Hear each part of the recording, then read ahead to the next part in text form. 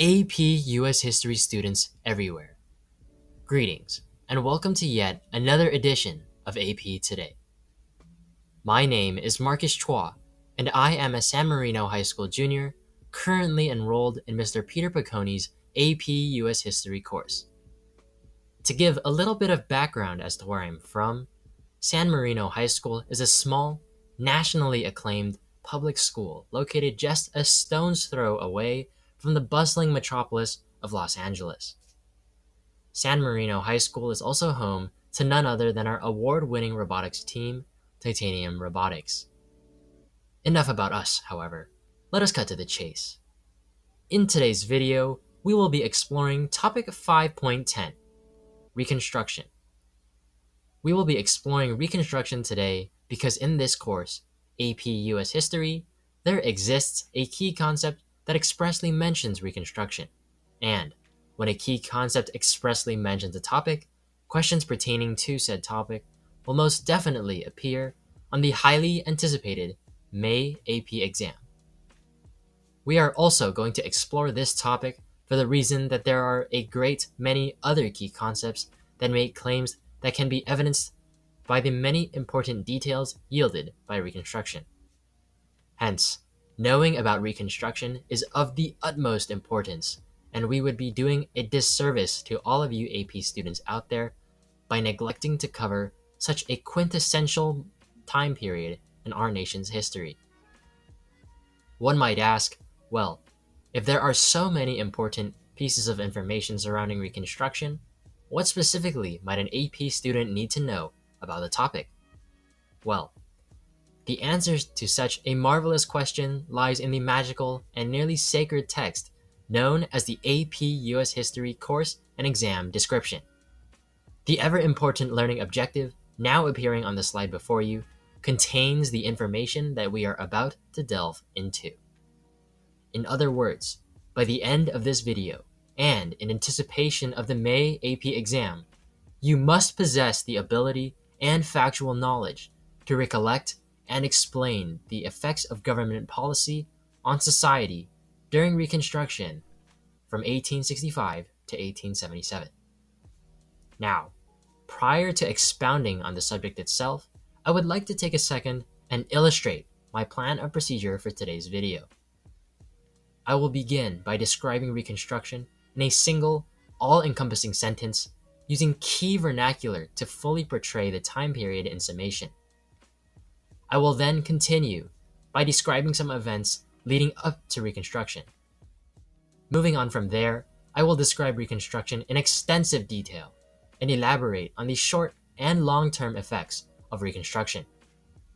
Finally, I will recount a few related stories, true stories, might I add, that will supplement my depiction of the events occurring during this time period.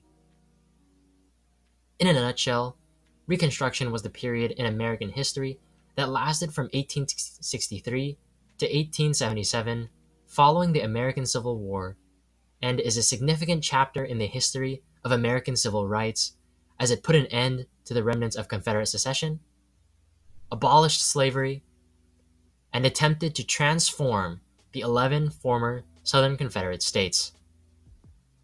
The 1861 to 1865 American Civil War was an altercation between the northern states loyal to the Union and the southern states that had seceded to form the Confederate States of America, with the main conflict stemming from their differing views on the issue of slavery.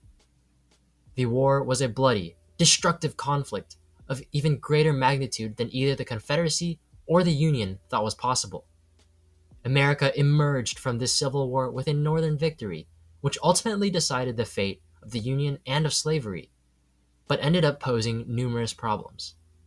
Most of the war was fought on Southern soil, and as a result, the South was left in ruins. Reconstruction was a plan to bring the North and the South back together and heal a young, war-torn nation. So now, having described the term Reconstruction in a single sentence, and having also described the factors that led up to it, it is time for us to answer the question, how and why did the Reconstruction result in continuity and change in regional and national understandings of what it meant to be American. Section A of the Reconstruction Key Concepts focuses on the efforts of abolishing slavery and granting citizenship, equal protection under the law, and voting rights, with the 13th, 14th, and 15th Amendments. Ultimately, these efforts of Reconstruction and the Civil War resulted in the ending of slavery, alteration of relationships between the states and the federal government, and debates over new definitions of citizenship, particularly regarding the rights of women, African Americans, and other minorities. Section B of the Reconstruction Key Concepts investigates how the women's rights movement was both emboldened and divided over the 14th and 15th Amendments to the Constitution.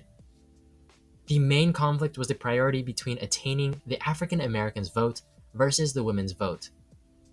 The American Women Suffrage Association was loyal to the Republican Party and agreed that once the convoluted era of the Reconstruction settled, it would be the women's turn to gain suffrage.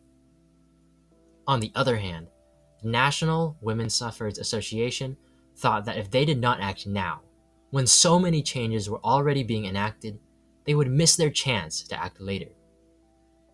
Section C of the Reconstruction Key Concepts explains the efforts made by the Radicals to balance power between Congress and the President. The Radicals also sought to give fairness amongst the races in the southern states. When the Civil War ended, many promises made to benefit the former slaves were not honored and made null. One example of this is General Sherman's Order 15, which promised to distribute 40 acres of land to former slaves. Despite this order, however, Southern plantation owners continued to own the majority of the land in the region in question even after Reconstruction. Hence, Radicals thought it was necessary to give more rights to these men who seemed to have no hope. Unfortunately, their efforts were in vain as well, as they ultimately failed, due both to the determined Southern resistance and the North's waning resolve. Being a major period in our country's history, Reconstruction obviously had quite a few significant effects on our young nation. Some of the most immediate short-term effects that Americans observed during Reconstruction were related to the new way in which the South was being rebuilt. Southerners began to grow crops that were not necessarily food items. Cash crops like tobacco and sugar began to dominate the fields of the South, which resulted in the Southern economy being able to get back on its feet in a relatively timely fashion for a land that had just been ravaged by a civil war. Aside from these shorter-term effects, Reconstruction yielded a number of lasting long-term effects, which are the essential elements that cement the phenomenon as a notable time period in our nation's history.